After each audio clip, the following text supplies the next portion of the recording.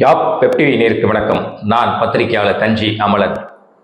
பிறக்கும் போதும் அழுகின்றாய், இறக்கும் போதும் அழுகின்றாய், ஒரு நாளேனும் கவலை மறந்து சிரிக்க மறந்த மானிடனே, ஒரு நாளேனும் கவலை மறந்து சிரிக்க மறந்த மானிடனே, பிறக்கும் போதும் அழுகின்றாய், இறக்கும் போதும் அழுகின்றாய். இந்த பாட்டை ஏன் நான் பாடினேனாக்கா, சமீபத்தில் நேற்று சந்திரபாபு நாயுடு பற்றி கூகுளில் ஒரு சர்ச் பண்ணப்ப ஜேபி சந்திரபாபு காலம் சென்ற நல்ல கலைஞன் சந்திரபாபு, நடிகர் சந்திரபாபுடைய நல்ல டான்ஸர், நல்ல பாடகர், இயக்குனர், கதாசிரியர், இப்படி பல பன்முகங்கள் கொண்ட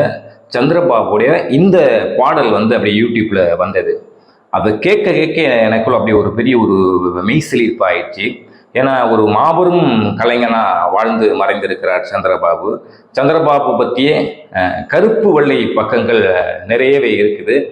அது பற்றி உங்கள்கிட்ட பகிர்ந்துக்கலாம் அப்படிங்கிறதுனால தான் இந்த வீடியோ. சந்திரபாபு 1927 தூத்துக்குடியில் பிறந்தார். அவங்க அப்பா பேர் ரோட்ரிக்ஸ், இவர் பேர் ஜோசப். பின்னால் அது சந்திரபாபுன்னு மாறினது. சந்திரபாபுடைய அப்பா ஒரு சுதந்திர வீரன் அப்படிங்கிற ஒரு பத்திரிகையில் நடத்திட்டு இருந்தார். அப்போ சுதந்திர போராட்டம் ரொம்ப தீவிரமாக இருந்த காலகட்டத்தில் அவர் பிரிட்டன் அரசாங்கம் கைது செய்து நாடு கடத்துது, இலங்கைக்கு நாடு கடத்துது. இப்போ சந்திரபாபுவோட குடும்பம் இலங்கையில் வாழ தொடங்குது. அங்கே தான் சந்திரபாபு தன்னுடைய கல்லூரி படிப்பெல்லாம் அங்கே தான் முடித்தார். அதன் பிறகு மீண்டும் சென்னைக்கு 1943 சென்னைக்கு திருவல்லிக்கேணியில் குடியேறாங்க. சென்னைக்கு வந்த பிறகு சந்திரபாபுக்கு சினிமா மேலே ஒரு தீராத காதல் உண்டாகுது. ஏன்னாக்கா அவர் நிறைய இந்த ஆங்கில மோகம் கொண்டவராக, டான்ஸு, பாட்டு, வெஸ்டர்ன் மியூசிக் இதெல்லாம் அவருக்கு ரொம்ப பிடிக்கும். இது அவர் சினிமா மீதான தாக்கத்தை அவருக்குள்ள ஏற்படுத்துது. அப்படிதான் ஒவ்வொரு கம்பெனியாக ஏறி சினிமா வாய்ப்பு கேட்குறாரு. ஆனால் எல்லா இடத்துலையும் அவர் நிராகரிக்கப்படுறாரு. இப்போ ஒரு கம்பெனியில் ஸ்டூடியோவுக்கு நுழையும் போது அவர் பிடிச்சி வெளியில் கழுத்தை பிடிச்சி தள்ளாத குறையா ரிஜெக்ட் பண்ணோன்னே ரொம்ப வெக்ஸ் ஆகி சூசைட் அட்டன் பண்ணுறாரு. அப்போ அவருக்கு 17-18 வயசு தான் இருக்கும். அந்த டைம்லேயே தற்கொலைக்கு முயன்றோன்னு அவரை போலீஸ் கைது பண்ணி நீதிமன்றத்தில் ஒப்படைக்கிறாங்க. அப்போ ஜட்ஜு முன்னாடி ஏன் உனக்கு என்ன பிரச்சனை, ஏன் தற்கொலைக்கு ட்ரை பண்ண அப்படின்னு கேட்குறப்ப தப்புன்னு ஒரு தீப்பெட்டி எடுத்து கொளுத்தி தன்னுடைய கையில் சூடாக வச்சுக்கிட்டாரு. இதை பார்த்து எல்லாமே அங்கே போலீஸ்காரங்க, ஜட்ஜி, வக்கீல் எல்லாம் பதறி போனோன்னே அப்போ சொல்கிறாரு, இப்போ நான் இந்த சூடு வச்சேன், இந்த சூடு வச்சது உங்களால் பார்க்க முடிஞ்சுது, ஆனால் உணர முடியாது, என்னால் தான் அது உணர முடியும்.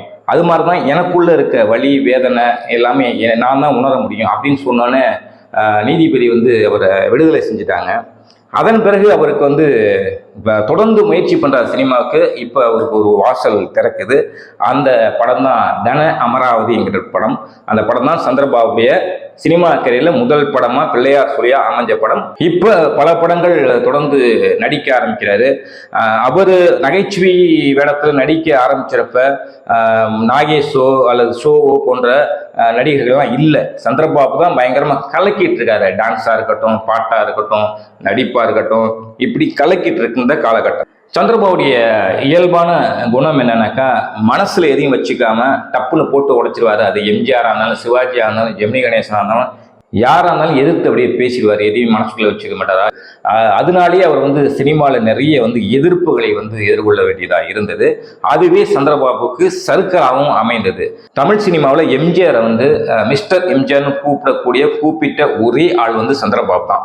எம்ஜிஆரோட நல்ல நட்பில் இருந்தவர் ஒரு கட்டத்தில் அவரை வச்சு படம் பண்ணலாம் அப்படின்னு முடிவு பண்ணுறாரு. அந்த படத்துக்கான பேர் மாடி வீட்டு ஏழை. அதை சந்திரபாபு கதை வசனம் எழுதி இயக்க கதாநாயகனா எம்ஜிஆர் நடிக்கிறதாக இருந்தது. அதுக்கான பூஜையெல்லாம் போடப்பட்டு ஷூட்டிங் தொடங்கி 2 நாள்ல ஷூட்டிங் ட்ராப் ஆயிடுச்சு. என்னன்னாக்கா கருத்து வேறுபாடு, எம்ஜிஆருக்கும் சந்திரபாபுக்குமான கருத்து வேறுபாடு. இவர் தான் பட்டுன்னு சொல்லிடுறாச்சு சந்திரபாபு.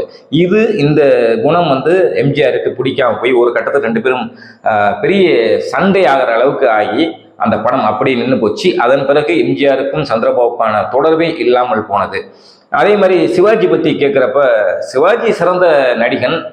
ஆனால் அவனை சுற்றி நிறைய காக்கா கூட்டம் இருக்குது. அந்த காக்கா கூட்டம்லாம் கலைஞ்சா ஒரு நல்ல மனுஷனாக வருவான், இந்த ரேஞ்சுக்கு சொல்லுவார்.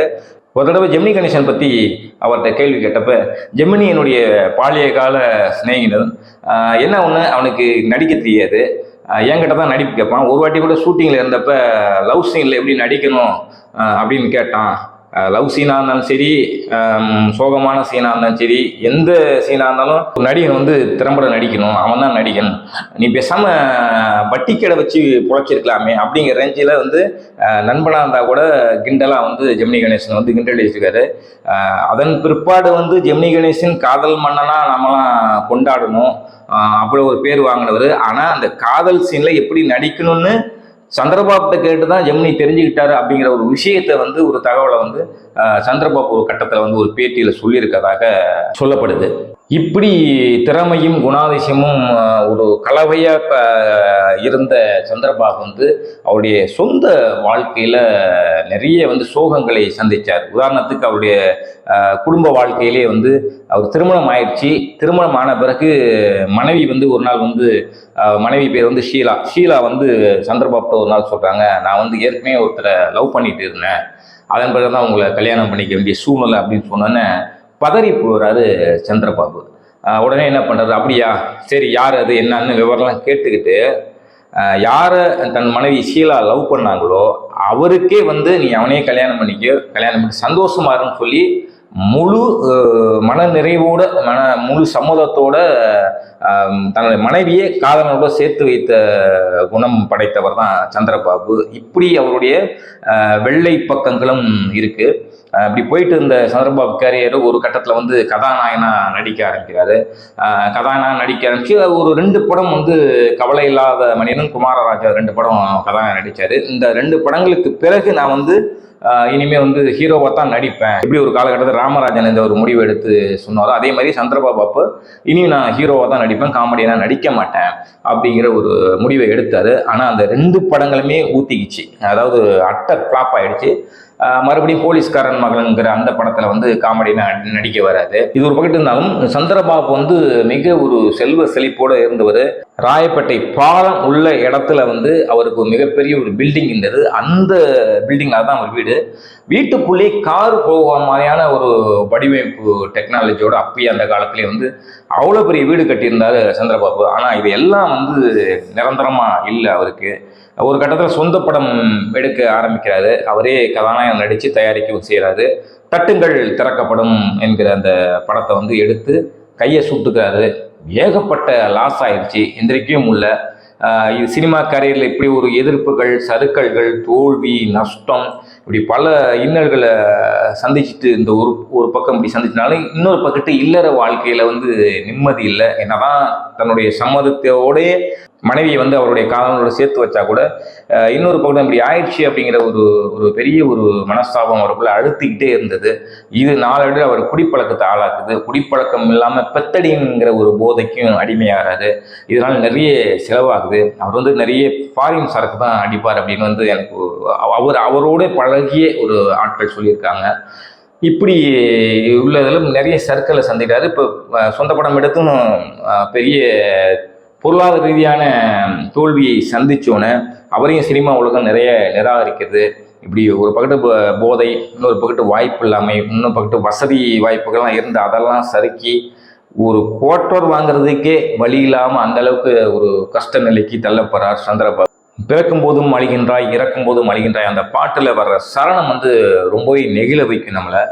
நீங்கள் இன்னமும் வந்து யூடியூப்பில் அந்த பாட்டை கேட்கும்போது உங்களுக்கு தெரியும். அந்த சரணம் என்னன்னாக்கா கண்ணதாசன் தான் எழுதியிருப்பார்.